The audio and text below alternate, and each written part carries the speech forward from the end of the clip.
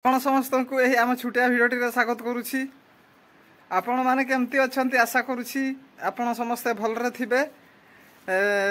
ବର୍ତ୍ତମାନ ଆଜିର ପାଗ ପୁରା ଖରାଳିଆ ଦେଉଛି, ପୁରା ଖରା ପାଗ ଦେଇଛି। ଆଉ ହିଆଡ଼େ ଘଡ଼ଘଡ଼ି ଡାକୁଛି, ଆଉ ଭାବୁଛି ଆଜି ବୋଧେ ବର୍ଷା ହେବ। ପ୍ରବଳ ଏନକା ଗରମ ଲାଗୁଛି। ଆଜିର ଭିଡ଼ିଓରେ ଆପଣଙ୍କୁ ବଢ଼ିଆ ଜିନିଷ ଦେଖେଇବି। ଆପଣମାନେ ଆଗକୁ ଦେଖିବା ପାଇଁ ମୋ ସହିତ ଯୋଡ଼ି ହୋଇ ରହିଥାନ୍ତୁ। ଚାଲନ୍ତୁ ବର୍ତ୍ତମାନ ମୁଁ ଆପଣଙ୍କୁ ବ୍ୟାକ୍ କ୍ୟାମେରାରେ ଆପଣଙ୍କୁ ଦେଖେଇବି। ମୁଁ ତ ଏ ଯେଉଁ ଆଗପଟ ଫେସ୍ କ୍ୟାମେରା ଏତେ କ୍ଲିୟରଲି ଆସୁନି, ସେଇଥିପାଇଁ ମୁଁ ଆପଣଙ୍କୁ ବ୍ୟାକ୍ କ୍ୟାମେରାରେ ଦେଖାଉଛି। ତେଣୁକରି ଆପଣ ଭିଡ଼ିଓଟି ଆଗକୁ ଦେଖନ୍ତୁ।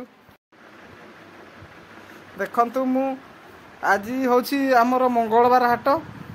ସେଇଥିପାଇଁ ମୁଁ ଆଜି ଯାଇଥିଲି ପାହାଡ଼ ଆଡ଼େ। ଇଏ ସବୁ ହେଉଛି ନାଡ଼ ଛତୁ, କେତେକ ଲୋକ ନାଡ଼ି ଛତୁ ବି କୁହନ୍ତି। ଆଉ ଏଇଗୁଡ଼ା ହେଉଛି କାଙ୍କଡ଼, ତିନି ପଲିଥିନ୍ ହେଇଛି। ଅନୁମାନ କରନ୍ତୁ 3 କିଲୋ। ଆମେ ତ ଏତେ ଖାଇପାରିବୁନୁ 3 କିଲୋ କାଙ୍କଡ଼, ସେଇଥିପାଇଁ ମୁଁ ବଜାରକୁ ବିକ୍ରି କରିବା ପାଇଁ ଯାଉଛି।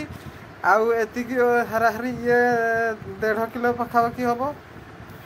ଆଜି ଆମେ ହାଟ ପାଳି ହେଇଥିବାରୁ ଆମେ ଖାଇବୁନୁ, ବିକିବାକୁ ନେବୁ। ଆଉ ଏଠି ଦେଖନ୍ତୁ, ଏଠି ପୋଟଳ କମ୍ ଅଛି, ଏଠି ଟିକେ କମ୍ ଅଛି। ଆଉ ଏ ବସ୍ତାରେ ଝୁଡ଼ଙ୍ଗକୁ ପୋଟଳ ଅଛି।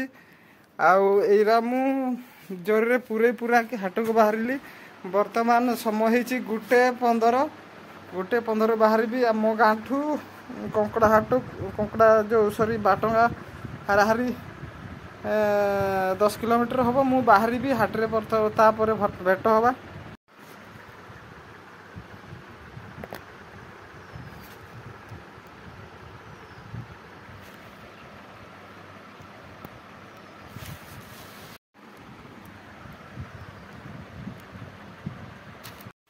ମୁଁ ବର୍ତ୍ତମାନ ହାଟକୁ ପହଞ୍ଚି ସାରିଲିଣି। ଯାହା ଛତୁ ଆଣିଥିଲି ସବୁ ବିକିଲି, ଆଉ କାଙ୍କଡ଼ ବି ବିକି ସାରିଲିଣି।